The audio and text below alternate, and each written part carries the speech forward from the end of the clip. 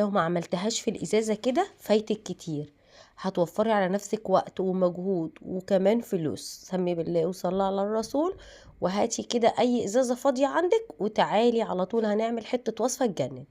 3 كوبايات من المية بالشكل ده كده، معلقتين كبار من السكر، بعد كده ربع معلقة من البيكنج باودر، نص معلقة من الخميرة، وقلبي بقى كل الكلام ده كويس جدا.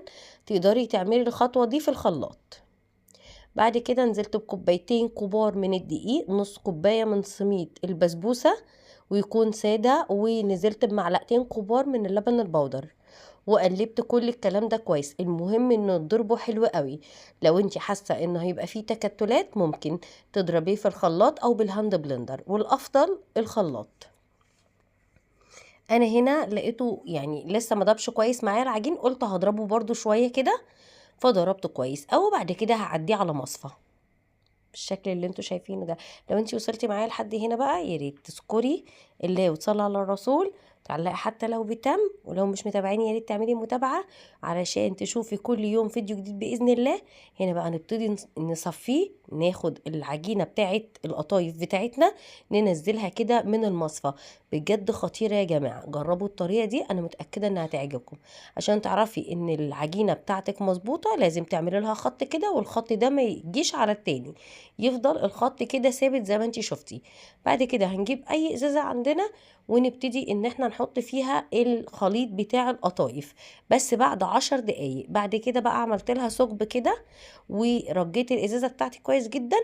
الكلام ده انا سبت العجينة بتاعة القطايف 10 دقايق واشتغلت فيها، خلصت وسبتها 10 دقايق.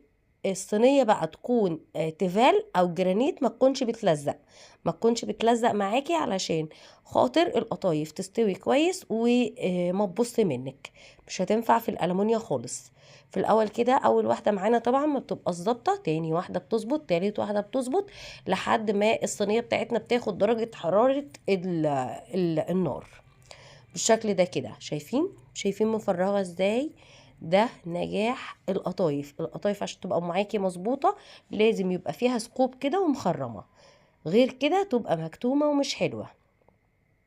طبعا انا عشان عملت كذا واحده في الصينيه ففي دي ما ظبطتش معايا، مش مشكله.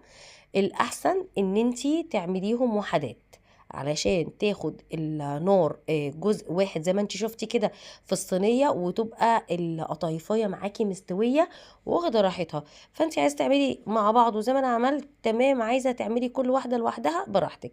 الكبيره بقى دي حلوه في حشوات اللحمه المفرومه والجبن، والصغيره